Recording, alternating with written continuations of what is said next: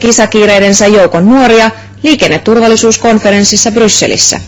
Yritys toiseen mestaruuteen on kova ja Räikkönen vahvisti ajavansa ensi kaudellakin Ferrarilla. EU:n uusi kasvo Formula 1-tähti Kimi Räikkönen kurvasi komission pihaan uudella autolla. Räikkönen oli lupautunut italialaisen liikennekomissaarin Antonio Tajanin vieraspuhujaksi nuorten konferenssiin, joka käsitteli liikenneturvallisuutta.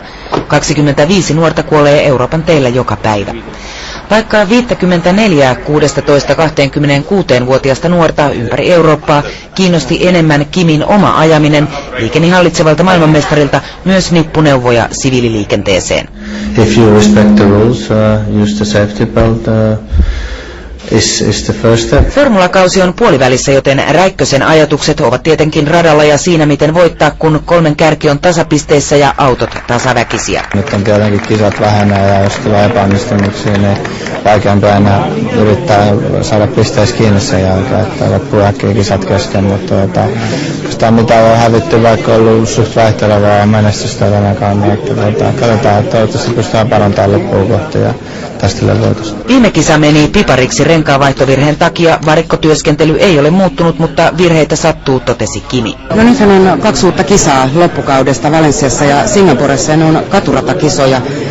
Kuinka itse viihdyt katuradalla?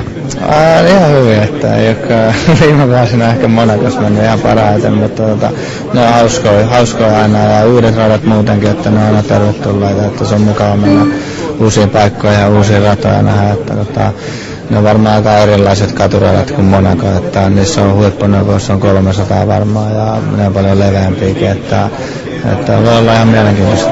Huhuja Räikkösen siirtymisestä toiseen talliin on kierrellyt, mutta ensi kauden ja ehkä 3. mestaruudenkin Kimi ajaa Ferrarilla. No, jos saisi toisen eka,